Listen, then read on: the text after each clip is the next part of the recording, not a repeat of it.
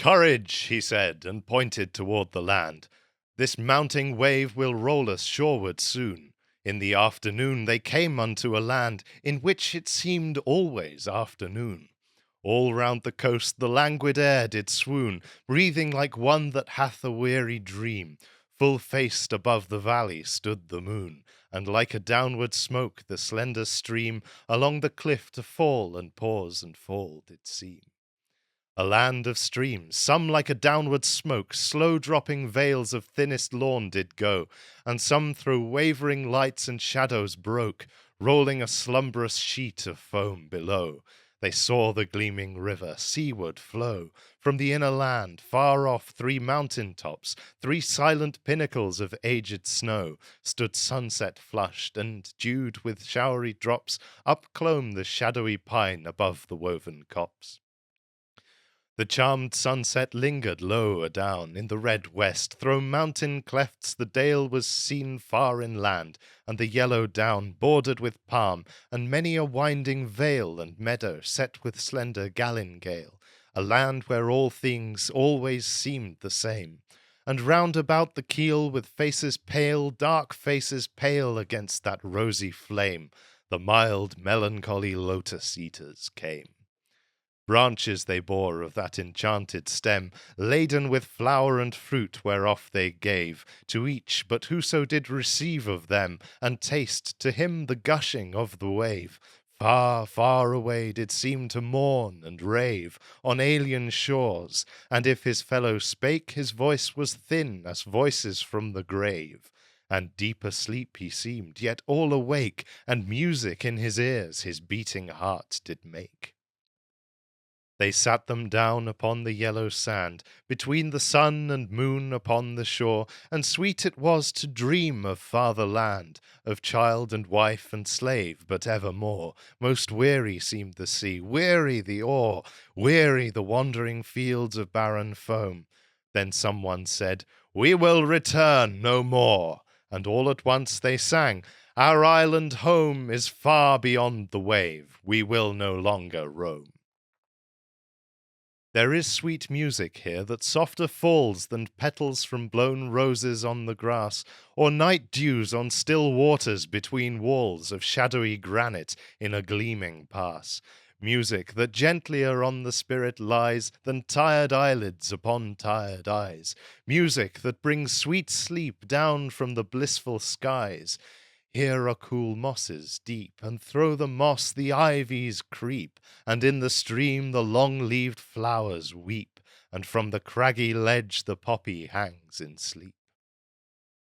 Why are we weighed upon with heaviness, and utterly consumed with sharp distress, while all things else have rest from weariness?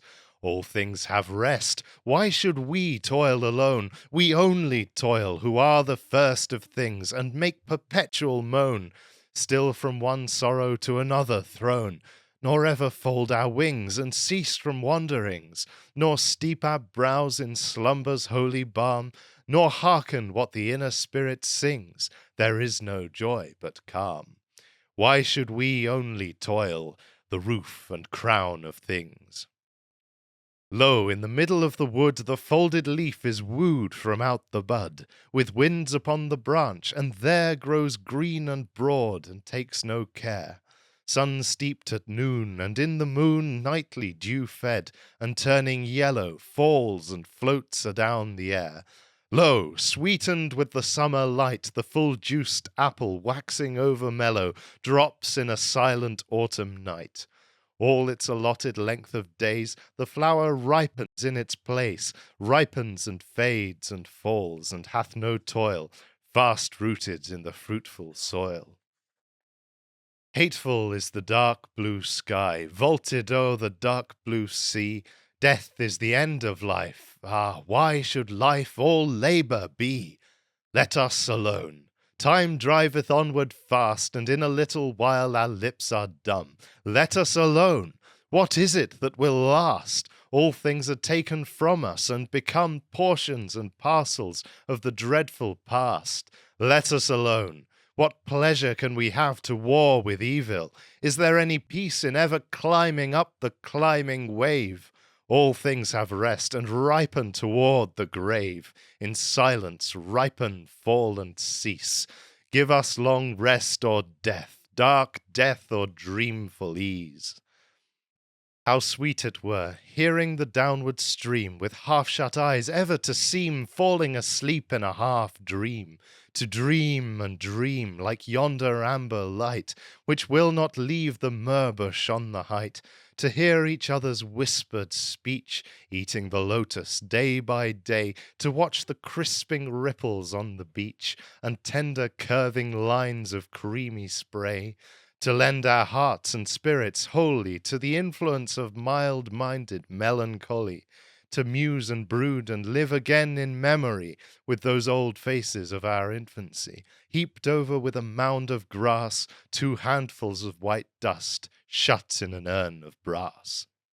Dear is the memory of our wedded lives, and dear the last embraces of our wives, and their warm tears. But all hath suffered change, for surely now our household hearths are cold, our sons inherit us, our looks are strange, and we should come like ghosts to trouble joy. Or else the island princes overbold have eat our substance, and the minstrel sings before them of the 10 years' war in Troy, and our great deeds as half-forgotten things. Is there confusion in the little isle? Let what is broken so remain. The gods are hard to reconcile, 'tis hard to settle order once again. There is confusion worse than death, trouble on trouble, pain on pain. Long labour unto aged breath, sore task to hearts worn out by many wars, and eyes grown dim with gazing on the pilot stars. But, propped on beds of amaranth and moly, how sweet while warm airs lull us, blowing lowly, with half-dropped eyelids still, beneath a heaven dark and holy, to watch the long bright river drawing slowly his waters from the purple hill, to hear the dewy echoes calling from cave to cave through the thick-twined vine, to watch the emerald-coloured water falling through many a woven acanthus wreath divine. Only to hear and see the far-off sparkling brine, only to hear were sweet stretched out beneath the pine. The lotus blooms below the barren peak, the lotus blows by every winding creek, all day the wind breathes low with mellower tone, through every hollow cave and alley lone, round and round the spicy downs the yellow lotus dust is blown.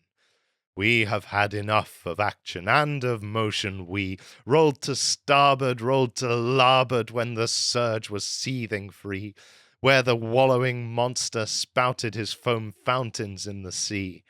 Let us swear an oath, and keep it with an equal mind, in the hollow lotus land to live and lie reclined, on the hills like gods together, careless of mankind. For they lie beside their nectar, and the bolts are hurled far below them in the valleys, and the clouds are lightly curled round their golden houses, girdled with the gleaming world, where they smile in secret, looking over wasted lands, blight and famine, plague and earthquake, roaring deeps and fiery sands, clanging fights and flaming towns, and sinking ships and praying hands. But they smile, they find a music centred in a doleful song, steaming up a lamentation and an ancient tale of wrong, like a tale of little meaning, though the words are strong, chanted from an ill-used race of men that cleave the soil, sow the seed and reap the harvest with enduring toil, storing yearly little dews of wheat and wine and oil, till they perish, and they suffer, some 'tis whispered down in hell, suffer endless anguish, others in Elysian valleys dwell, resting weary limbs at last on beds of asphodel. Surely, surely slumber is more sweet than toil, the shore than labour in the deep mid-ocean, wind and wave and oar. O rest ye, brother mariners, we will not wander more. The first part of this poem is written in Spenserian structure, i.e. the rhyming scheme used by the great writer Edmund Spenser in his work The Faerie Queene. This scheme is A, B, A, B, B, C, B, C, C, with the first 8 lines in iambic pentameter and the final line an alexandrine, containing 12 syllables instead of 10.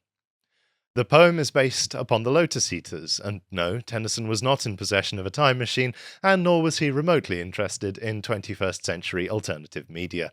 He was describing the Homeric mariners who accompanied Odysseus on his epic voyage home following the 10-year siege of Troy.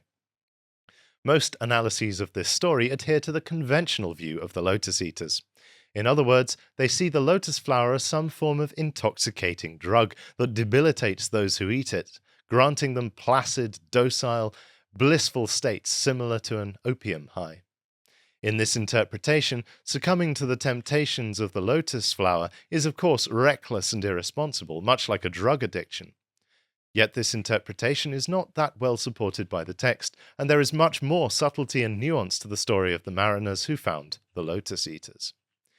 In the Odyssey, these mariners are the close companions of Odysseus, veterans of a 10-year campaign, during which they have been separated from their families and performed numerous heroics.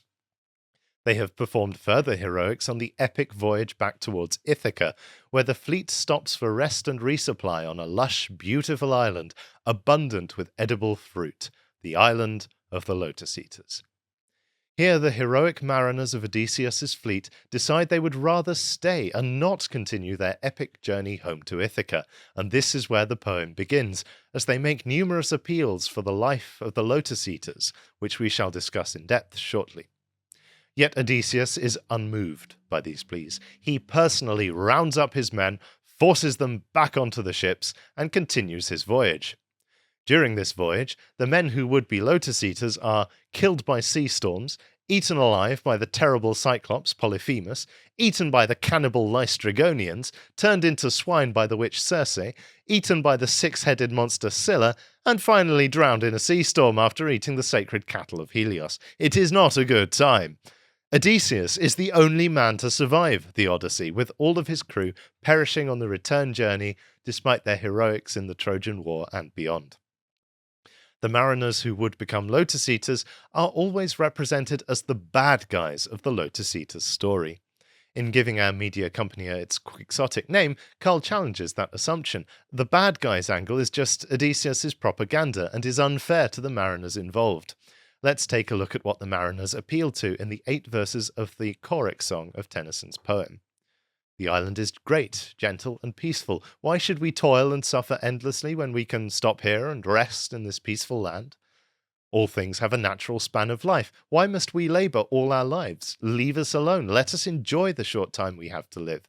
Leave us alone, since everything will be taken from us. Leave us alone, because the battle against evil never ends and never brings us peace.